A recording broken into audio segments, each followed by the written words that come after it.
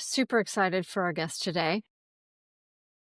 And we'll find out why you're so excited about them. I know it'll be interesting. It's Sunday night as we are recording this. There's Sunday night football in the I background, know, and the Broncos lost by and the 30. Broncos just lost. So now I'm drinking because the I Broncos know. just lost. I know. Anyway, so tonight we are joined by Ryan Warble. He is a highly seasoned executive with a lot of experience, over 2 decades of experience. And I know this firsthand. And he's really driven digital transformation at some of the world's largest organizations. He currently is, and I have to read this one, Managing Director of Technology and Value Creation at EQT Group, one of Europe's leading private equity firms, where he focuses on identifying and unlocking technology-driven value in portfolio companies. And this is interesting because he's driven technology in a lot of different places. Before EQT, he was CIO at Logic Monitor and at Incora, where he navigated driving digital transformation. His experience prior to that was 5 years at AP Moller Maersk, where he managed a $200 million IT budget, which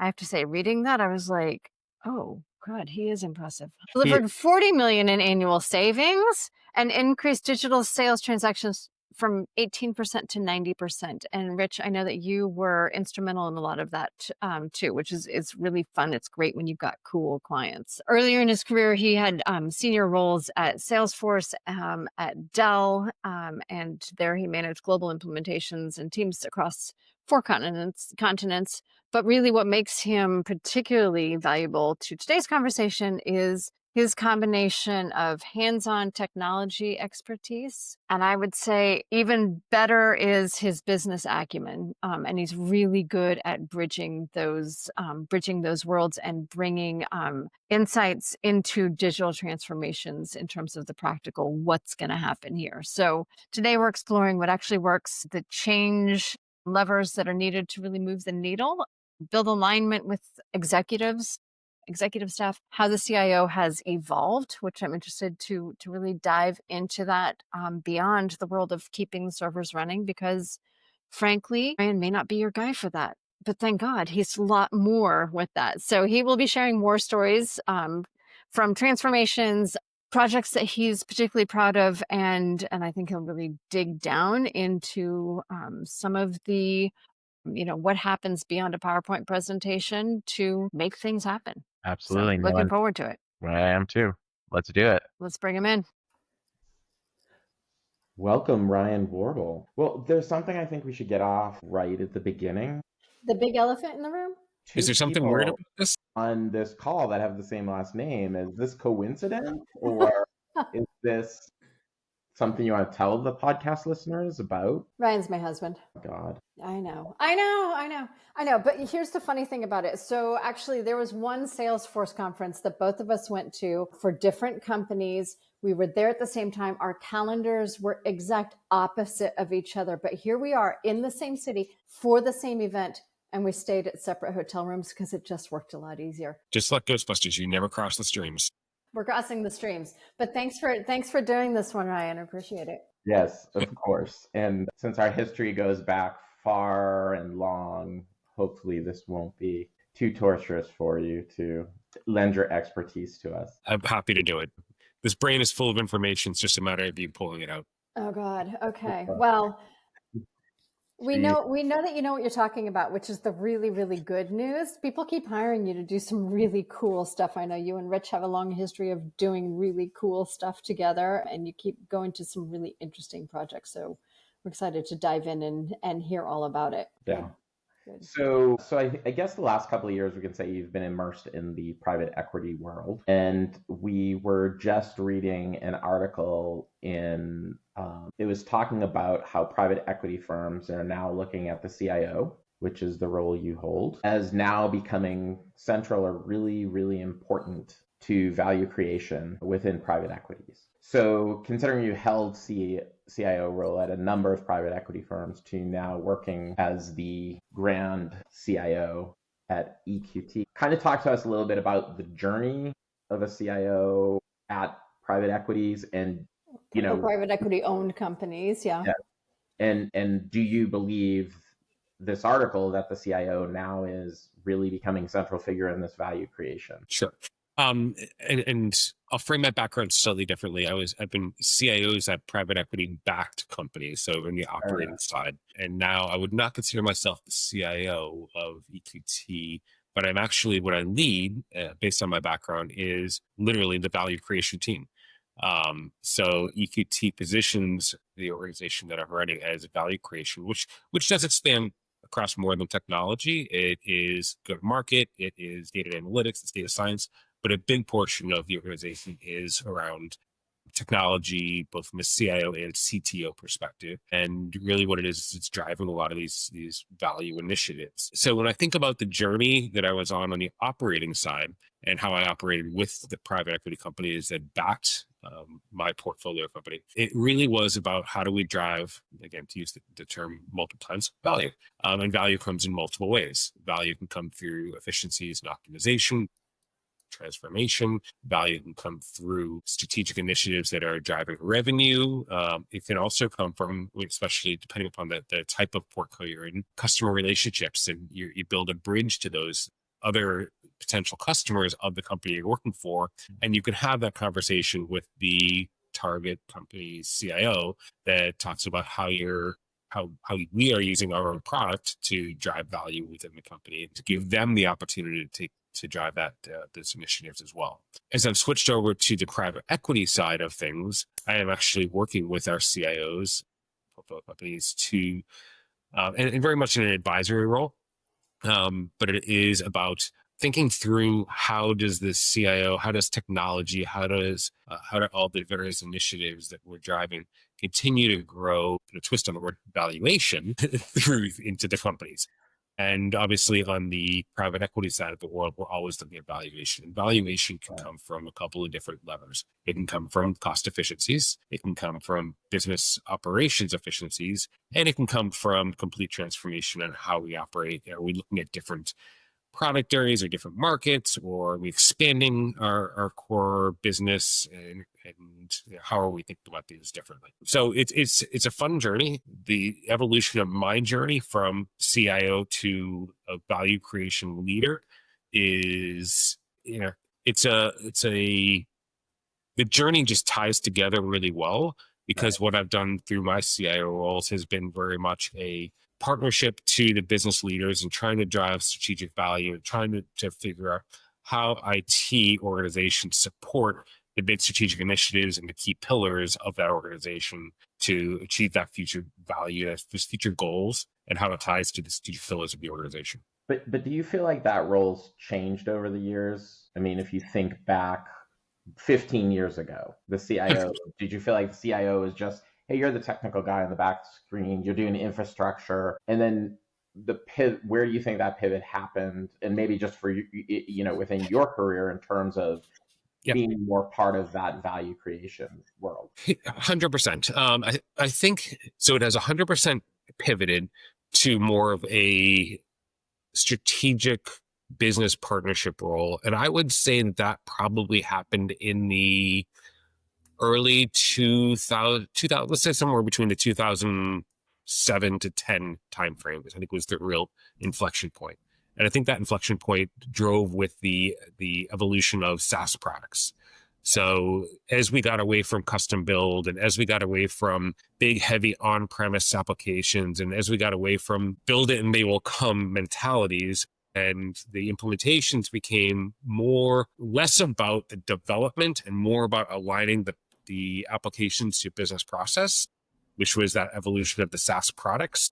It changed the ability of a CIO to be a strategic partner. Prior to that time, so my background is not, and I always refer to it as bits and bytes. I'm not a bits and bytes type CIO. I'm more of a strategic thinker CIO. I was an English and poli-sci major in college. I was not a computer science developer, hardcore developer. So it's been a different journey for me than it has for a lot of people. But I think that has given me the ability to not think as much about the underlying technology and more about how this technology drives strategic initiatives and be that partner to the business organizations. Drill down on that a little bit, because I'm wondering, as this shift has taken place, how has that practically changed your approach to transformation? Because it's a different model, right? So how has that changed like how you approach projects? Well, I actually think it's enabled transformation in a very different light than it was prior to the SaaS world, because we can move much faster. And then even as we get into, so if we take let's just take the evolution of Salesforce.com as an example, that they were really the pioneers in SaaS.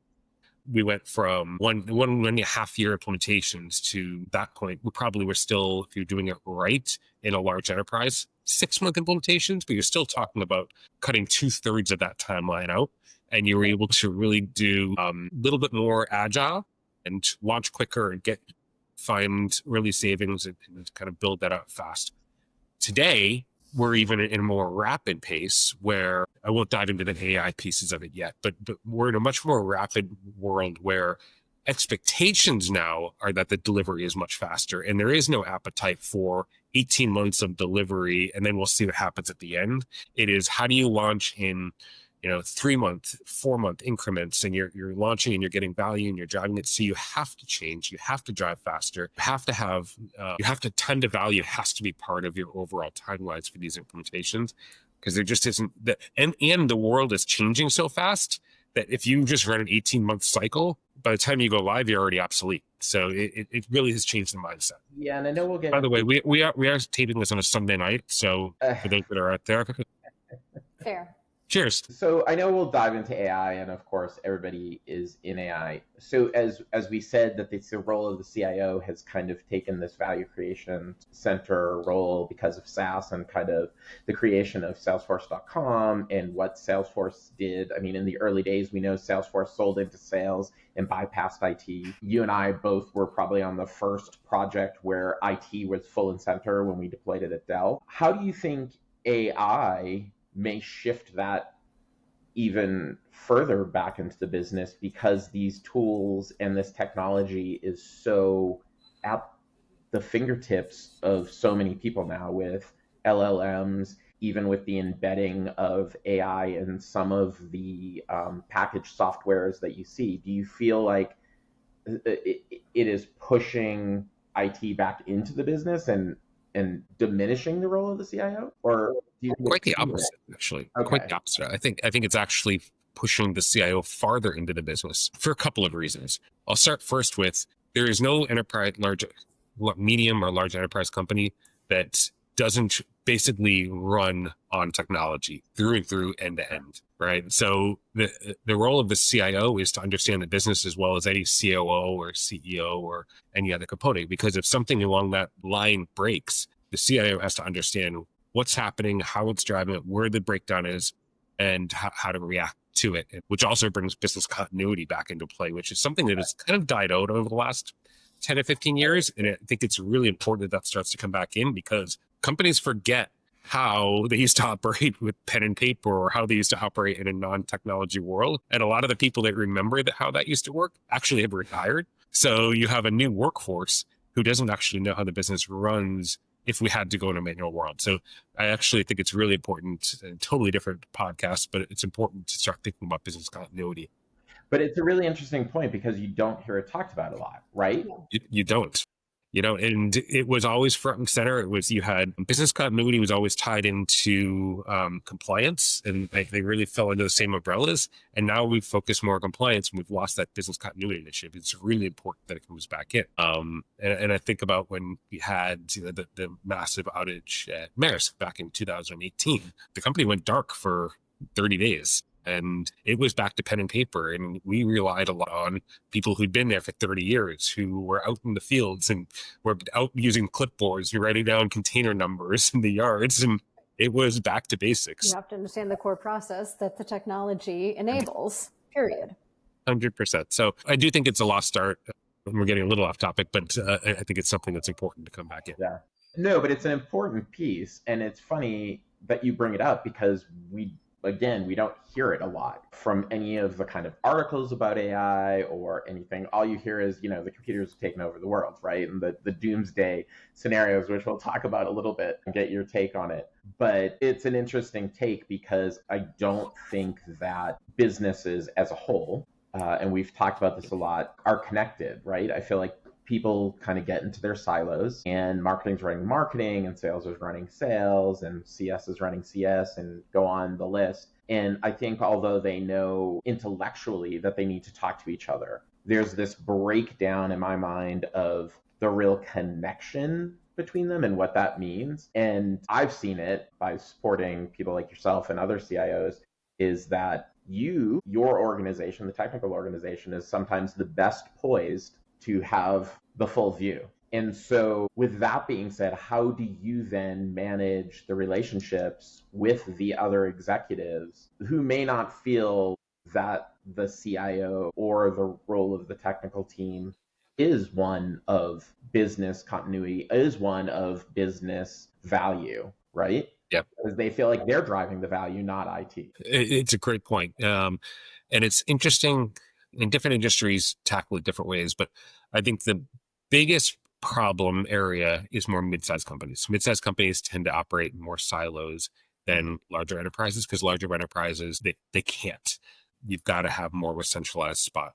And probably in the tech sector, it's even worse than any place else, where you have technology sales organizations who, because they sell tech products, they understand technology because they sell it every day. So you do have some of that challenge of pulling that back. But when you have those silos, to your point, marketing is running marketing apps and sales is running sales apps, or RevOps is running sales apps, you have a complete breakdown of that loss of the full end-to-end picture. And if you ever had a massive outage, yes, you don't have a central point that knows really how you go to the business. So it's a problem that a lot of mid-market tech companies have, and I don't want to say don't understand, they haven't experienced the pain of it, so they don't think about it on the front and center. More often than not, especially today, things are changing so fast and companies are trying to move so fast, and there's so much market pressure to change. Until you experience that pain, you just kind of go, yeah, we'll figure it out. How do you so business continuity side, how do you manage, or how have you traditionally managed, or how do you advise CIOs of the portcos you support, how to drive that executive relationships and showing the value and the importance of the role of the CIO? Because the CMO is going to say, hey, we're bringing in leads and we're qualifying them, and this is where the money's coming. Sales is going to say, hey, I brought you all these dollars. But I heard a really interesting, somebody said this the other day. They're like, when you're done with the sale, you are 10% done with that customer journey. And I thought that was a brilliant kind of visual, because you think about it, it's like, you still got to onboard them, you still have to make them successful, and you still got to renew them. And so if you think of that journey, you closing the deal, perfect, we've got the money, but we haven't cemented the relationship. So, and yeah, I mean, that's the change from perpetual to recurring revenue, right? That changed the whole market, where the customer life cycle experience became so much more important, because it's not a 2005, you just signed a $50 million Oracle deal on-prem, and sales rep is super happy, goes off and he's got his shopping spree and he doesn't care because he's not talking to you again for 5 or 10 years. In this recurring revenue world, it is all about that relationship journey. And I think about the vendors that I've worked most and that I trust the most. And it's not always the same vendor. It is so dependent upon the sales organization that you're working with and the individuals that you're working with, is that relationship. And the world of SaaS software has necessitated that salespeople in those organizations build the relationships with their clients, their customers, and they keep that relationships. And it's not, I'll check in with you in a year or 2 years when the renewal's coming. It is checking in with you on a regular basis. Frankly, I mean, to be honest, I don't want to hear from my sales reps every week. Even though that a lot of them would try to call me every week, but you still want to keep in touch, and you've got to be diligent about it, because it is a long-term relationship. There's no two ways about it. I think to your point, a lot of it is understanding the strategy of the customer. And so whether you're in a company that has an annual renewal cycle, or it's just flat out cheaper to sell to existing customers than it is to go find new customers. I mean, like, that's every industry wants to do that. I'm wondering, Ryan, when you're talking about talking about, okay, marketing has their tech stack and sales, or, RevOps has their tech stack, and then support or fill in the blank with, your product line. I'm wondering, what's your counsel for CIOs, heads of technology, to build alignment with the executive teams? Because that's a lot of it. It seems like is to define the strategy, and tech and business needs to be aligned, it seems like, more than ever before. It does. The first part of my answer is going to sound like a cop-out, but I'm going to say it anyway. I find that organizations that have a CIO that reports into somebody else at the ELT level and doesn't report to the CEO don't take technology seriously. And I truly believe that. It doesn't mean that it can't work, but it makes it twice as hard because the CIO is not part of the conversation. This often happens at tech companies. There's a lot of other industries that it doesn't happen, where technology is seen as a much more strategic role, but at tech companies and software companies in particular, it's actually quite common. But it goes again back to my point of that's where you see a lot more of the silos, and you see that a lot more in mid-market companies. Now, to answer your question kind of a second on if that is the scenario, how do you deal with it? Let me tell you, 50% of your job as a CIO is relationship building, and you are spending a lot of time with the rest of those ELT members. And typically the ELT members will see you as mostly a peer because you've got that C in your title, but you're not in every conversation. You're not at all those ELT meetings, and it makes it that much harder to be abreast of it. So you need those constant conversations. And, for me, I would try and sit in on their staff meetings so that I could at least hear what they're saying. And I would try and get involved in any of the offsites, even if it was just for an hour, to have a conversation. They were traveling to a certain location. I keep abreast of where they were traveling to, and could I be in that location at that time to make sure you bump into them in the hallway. But there's those extra things you have to do to think about to keep those relationships alive. And it's a pain in the ass, to be quite fair, but it's the reality of how it is. I'm wondering, do you have different? Oh, sorry, Rich. Do you have different approaches depending on whether you are reporting into a CEO versus into a board? Because I know you've had to speak to both, and I'm just wondering if your approach is different based on who your audience is. I'm not sure I get your question. Say reporting to a CEO versus a board. Like a publicly traded company versus working at like a Salesforce, a Dell, versus working at an Incora, Monitor, et cetera. Yeah, so more of the interaction. You're still reporting to the CEO, but it's the interaction component. Right, the interaction, yeah. Yeah, and I actually don't even know if that matters whether it's a public company or a private company, because you can still have the board who makes a lot of those decisions. So if I just take my last Portco that I was working as a CIO at, a lot of the big expenditures that we did, I worked directly with the board on approvals of those. And we kept them, actually, a lot of those things we kept outside of the core budget. We'd have our built 2024 budget, we'll say, and we built it more as a run the business budget. We had a few some key initiatives built into there as discretionary spend for big strategic initiatives or transformational type initiatives. A lot of that cost would be managed outside of the overall budget, because it was, and this is the beauty of working with private equity, they can just approve that. It's not a public company where they've got to go to the board, you've got to go to the market, the shareholders, and say, we're spending all this extra dollars. Or the private equity company, you just say, yeah, we'll approve an extra $10 million in spend because here's what the business case is out of. Thing with the private equity boards is the return on investment and the timeline to return on investment. So that time to value. The private equity boards have no interest in something that's going to take a 3-year return on investment. You've got to be able to show a return on investment in that 14 to 16 month window. Because again, depending upon a lot of this comes down to the time of the hold. How long have you been held by this company, and what are they thinking? And they're not going to tell you what they're thinking, but you have to internalize where are they in this life cycle, and how quickly do they want to be able to turn it? Okay, yes, I can find this much efficiency in year 1, but we're actually not showing EBITDA gains until year 3. That's what they care about, because that's how they think about valuation. But a public company, again, depending upon the conversation, it's more about how can we talk about the strategic initiative around this and the why. And when you're filing your reports back to the board, I want to say K1, but it's not a K1. It's 10K, thank you.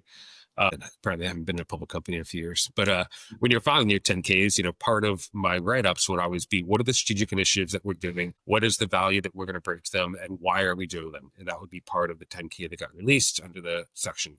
We would typically try and focus on either it's a transformational initiative because we're breaking into a new market space and we're trying to do this, or it's a cost avoidance for the future because there's these risks that are out there that we're watching, and how are we doing it? Or it might be a cybersecurity risk and we're avoiding the cybersecurity components. So you really had to break down the why.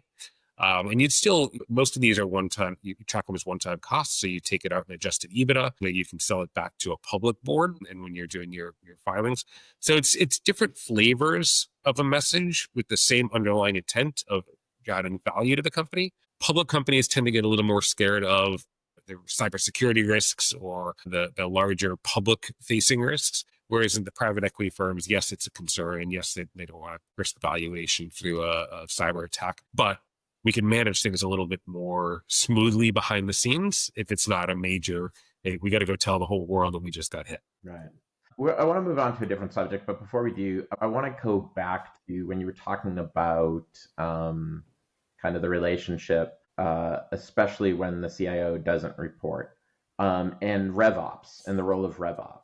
Because I've seen this a lot where RevOps is like, well, we're going to tell you what the business process is, and we're going to tell you what the technology is, and we're going to kind of insert ourselves, and becomes almost shadow IT, or they try to. Yep. What do you think the role of RevOps should be versus what other RevOps leaders may define it as in terms of the role of technology? And what do you think that relationship should look like? I mean, I'll say it as bluntly as because I'm just a blunt person. Stay in your freaking lane, right? I don't go tell the RevOps teams how to figure out what the forecasts look like, right? That's their specialty. That's what they need to go figure out. They shouldn't be telling us how to run technology. We've been doing it our whole life. Now that relationship can be adversarial and it can be challenging because you'll have RevOps teams who feel that, well, if I have to go through IT, it's not going to be I can't get changes quick and it's too much bureaucracy and blah, blah, blah. But that goes back to the conversation about end to end. The RevOps teams are not going to look end to end. And so when the RevOps team's changing something in your CRM system, which changes some values or changes some fields, they're not going to understand that, oh, my HRIS system actually is relying on that all the way through. So when I'm onboarding somebody, it's looking for these checkboxes down the way. And all of a sudden, now I have a new sales organization that doesn't have access to these 6 screens that they used to because they've changed something along the way.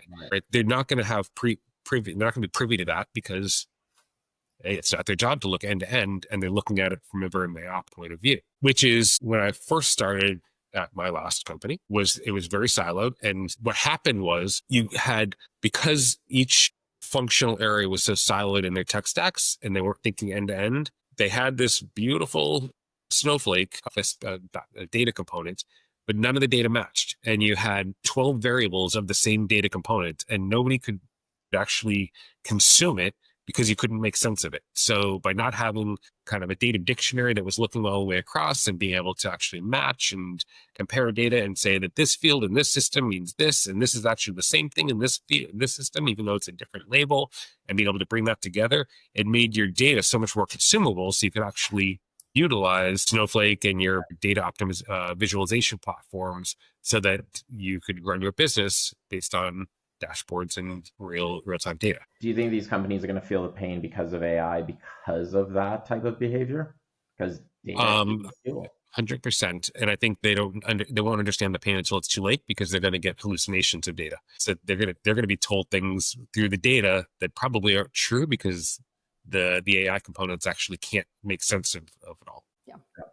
So let's move on to AI now that we've said the magic word. And I think it's good because we're coming off of what are leadership looking for in terms of investments. And I think anytime you're looking at a transformation, like you're looking, okay, what's the return? And one of the challenges that we see continually, and I'm sure that you do too, is AI is a silver bullet that takes care of everything instantly. Are we all on the same page? Every CEO and every board thinks it is. I just saw an article the other day, and it was something along the lines of get the number probably wrong, but I'm directionally correct. 70% of AI initiatives right now are adding zero value.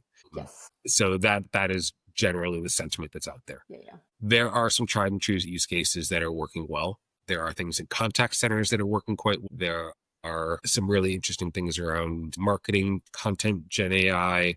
There are some interesting use cases around tech support. So both outbound contact centers, sales areas, but then from the tech support side, those are showing good results and good value back. There are some fringe cases that are looking more at revenue generation and where they're and targets. And I'm actually seeing some interesting ones right now where companies are using some AI models so we'll talk about the private equity world, using AI models to actually run through all the data in the data virtual data rooms for a company that you're acquiring. And it's consuming all of this data, and it's actually spitting out 6 or 7 hypotheses on how you could gain EBITDA.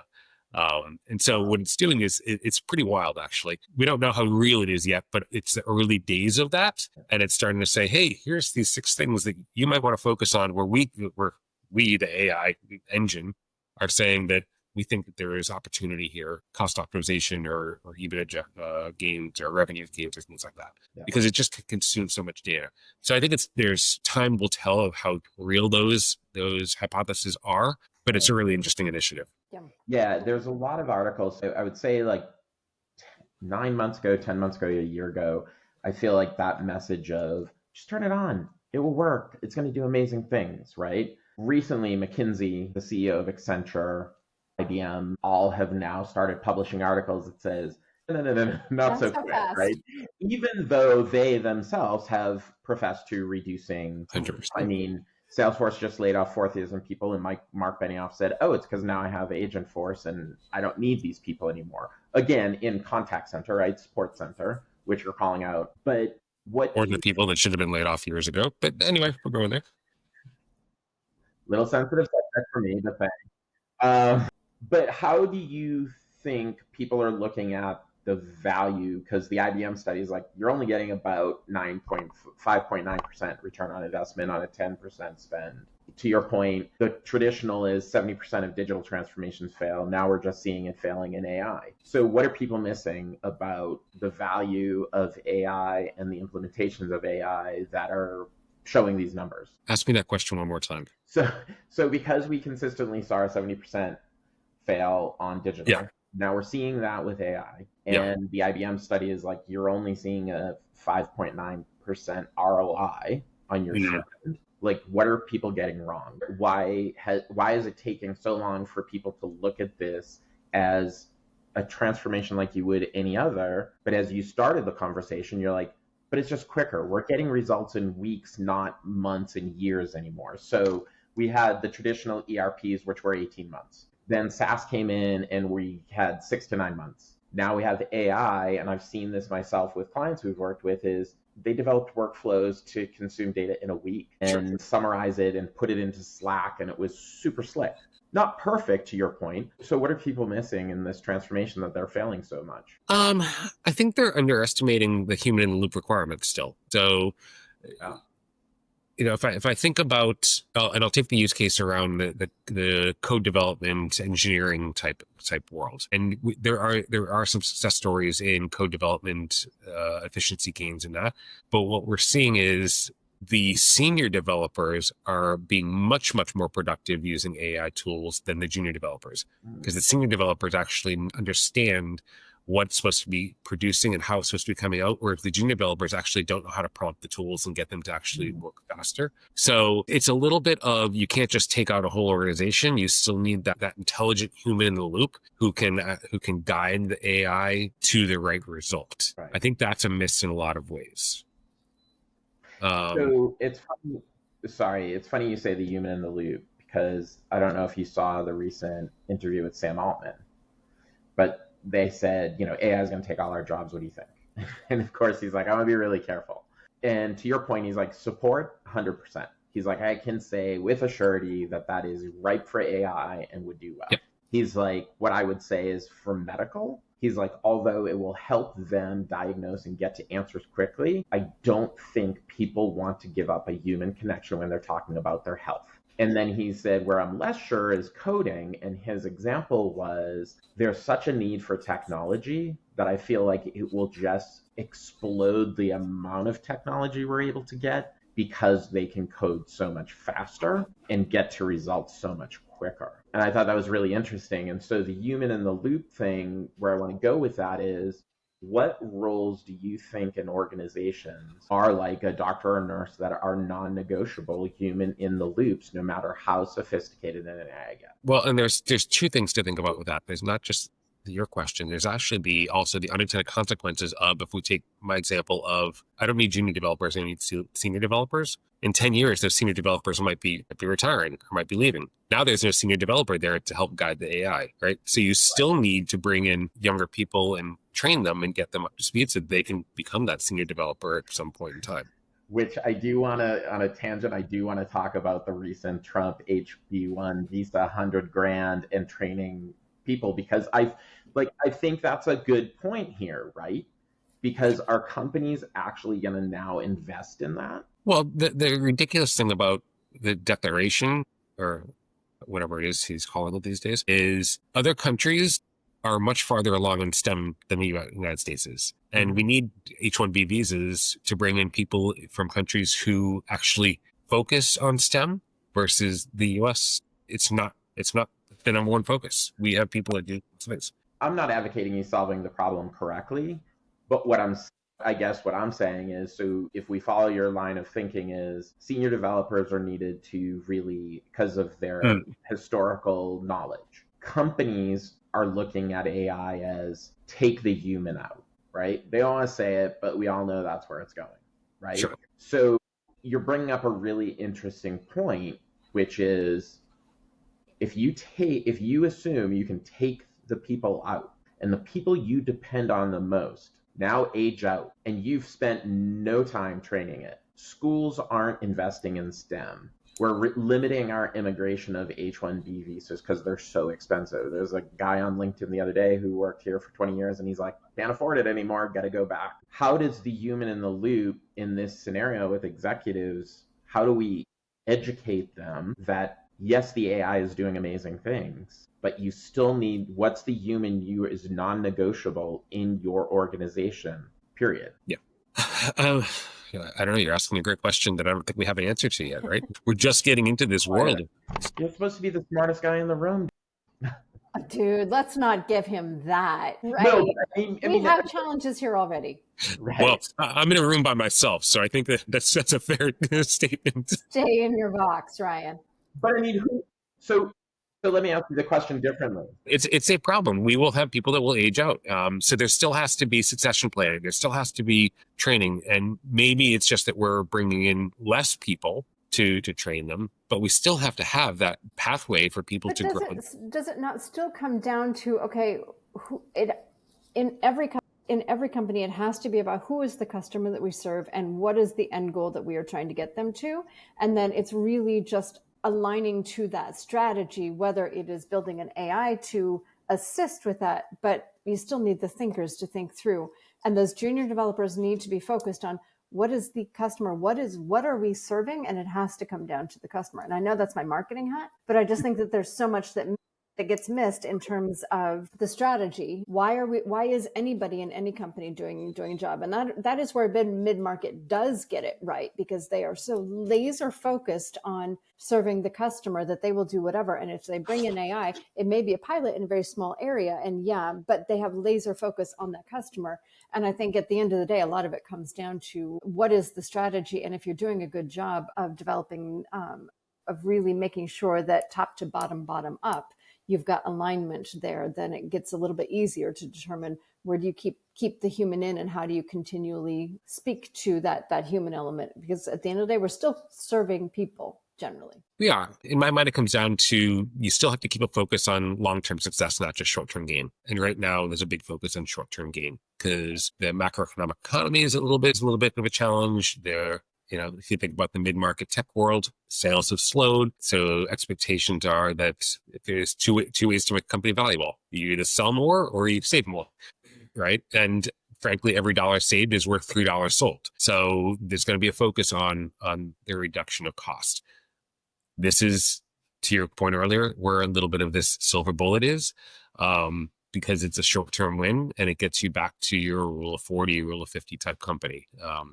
But there will be the rule of unintended consequences from this. And so the successful CEOs will manage their way smartly through this, and they'll ride the wave. There'll be a dip, and then they've got to come out of that dip and not have a race to the bottom. They've got to figure out where do you start to bring it back at some point in time. So how, kind of closing off on the topic of, training and the employees and human in the loop and the different roles and who should stay, whose role do you think it is at the company to understand the criticality of those roles and knowing we need to keep them? Is it the CIO advising HR? Is it the CIO advising the CEO? Who do you think is going to ultimately stick up and say, guys, I get the rule of 40, I get cutting? Because a lot of times, you've been in IT world for a long time, is people don't value what they don't understand, and they don't understand coders. They don't understand software engineers. So they're like,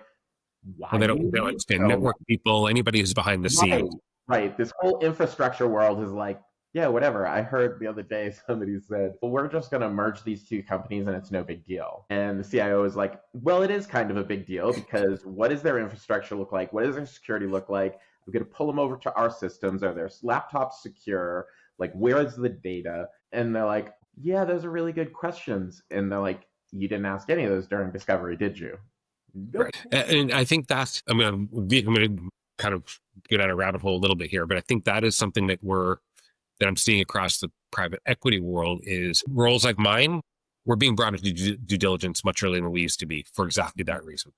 I think earlier it was more that the deal teams were working through their financial numbers. Yeah. And then once they were basically ready to go, the value creation technology teams would get pulled in, and it was happening so fast, you didn't have enough time to understand. You also had scenarios where once the acquisition was complete and the technology teams dug in, they're like, oh, there's a $10 million investment required here on the tech side. And the deal partners are going, wait a second, that blows our business case out of the water. You didn't come in earlier, right? And I do think that there's a lot more recognition of that. So we are being pulled in much earlier to due diligence. There's a much stronger focus on technical due diligence and how that impacts the whole company, whether that's a straight acquisition or whether it's an M&A activity within from a portfolio to another. And then same with cyber. Cyber is very, very much now the forefront to a lot of the TDD. So I guess to go back to your original question of whose role is it, I think it's an ELT role. I don't know that there's a single individual. The CIO certainly needs to be a voice of reason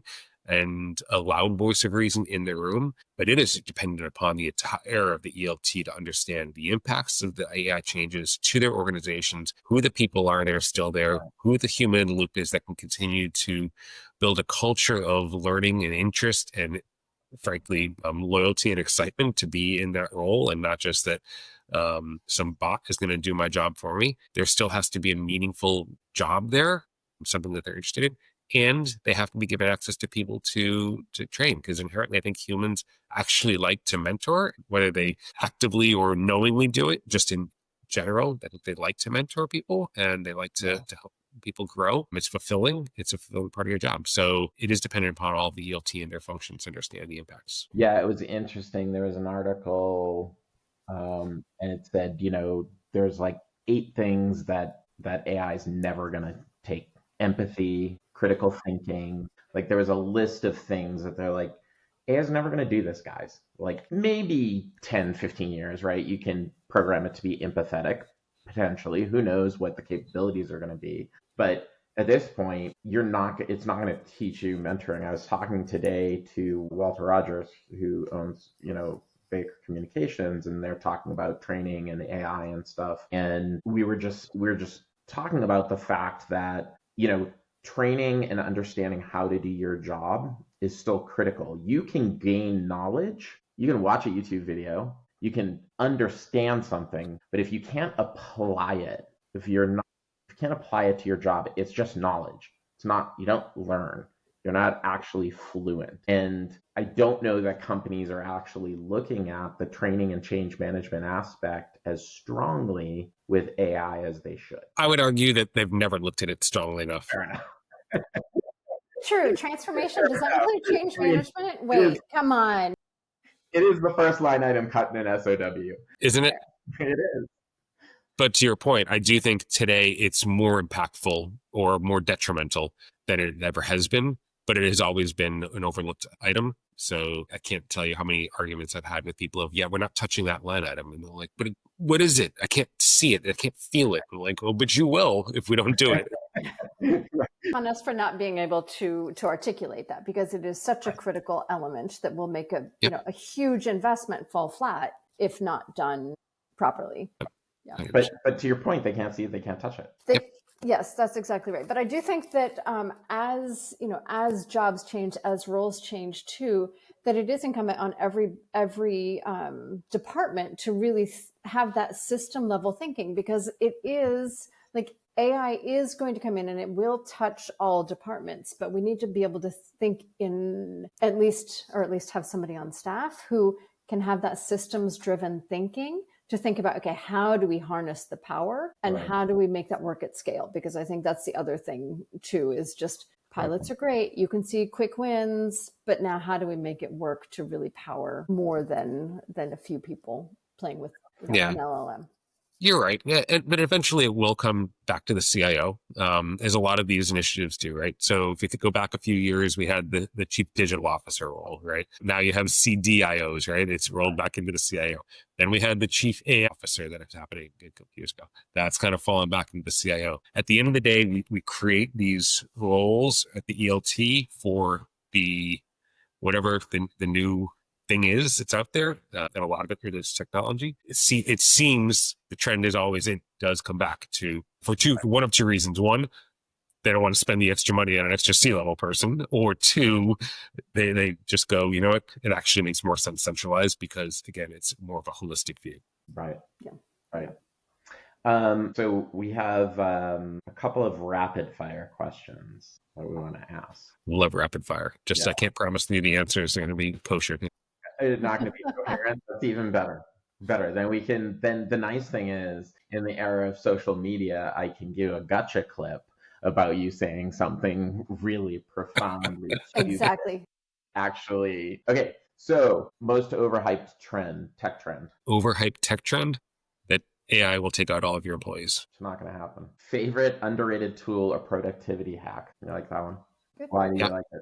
It's just, I mean, you talk about wealth of information at your fingertips. And frankly, my high school or my college kids are the ones who taught me about it. I didn't really know the power of it until a couple of years ago. And the amount of information you can gather in such a short period of time across such a wide variety of subjects, it's unbelievable. Book, thinker, or podcast that shapes your views? Besides this one, of course. Besides this, I've been listening to too many political podcasts lately, but I'm a big fan of The Bulwark. If anyone listens to The Bulwark, I think it's a good centric perspective, but I'm a big fan of that. And then Freakonomics. I just think Freakonomics has just really interesting things that they talk about a lot. So those are two that I go to a lot. Yeah, you've turned me into a Bulwark junkie. It's like it's to the point. So when I take the dogs for the walk, I listen to it. It's the point the other day where I was like, okay, now I gotta go back to SmartList or Conan or something stupid, because it really is. I agree with you, very centric, but it is frustrating sometimes to listen to, what goes on, that constant reverberation in your ear. How do you stay sharp after 25 plus years of doing this? I listen to my wife. Obviously.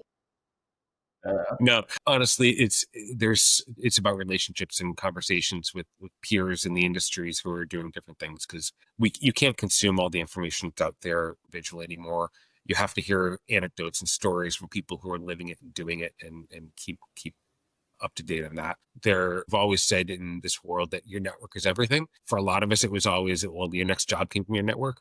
Now my information comes from my network, and I really have to ping them and understand what they're saying, what they're doing, what their wins and losses are, their reactions. There's just too much information out there. And you're really good at that. And as soon as we both say that, somebody's going to listen to this and they're going to be like, are you kidding me? I haven't talked to you in 10 years. When the time is right, I'll call them. Right. Final question. What are you most curious about now? What am I most curious about? Where are you going to dive in next?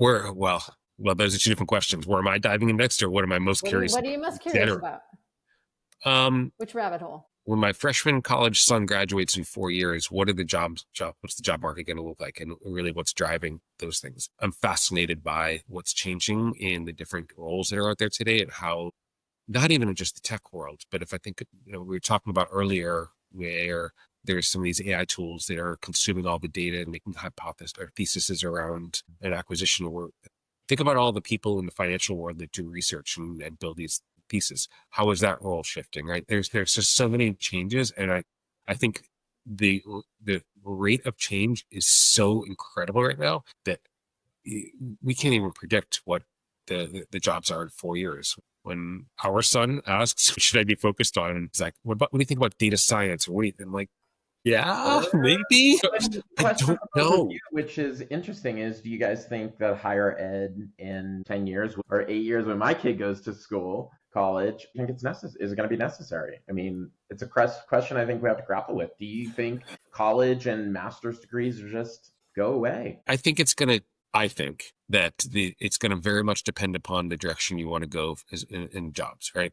You're always going to have to go to college for medical or for law, Sure. legal, or there's things like that. But there's going to be a lot more information that you can learn yourself. And then we're not even talking about the trade route, right? There's such a gap today in trade workers. And I don't think those are going to be disrupted a whole lot. Like, you're not going to disrupt a plumber or electrician or construction worker. I don't think. Yeah, because I don't want the AI bots building my building. You don't Right. want the robots doing No. the No, Yeah. but I have seen some really interesting, like, brick making. I mean, like, come on, engineering is taking advantage of all this, and it's really Right. phenomenal, some of the things they're doing. But to your point, yes, the trades aren't going anywhere. The trades aren't going away. So, and there's such a shortage of people in trades right now. But there's going to be again, there's so much more information coming to you. To be somebody who works in the tech space, you may not need to go to college. Everything will just be coming to you. True. You don't know.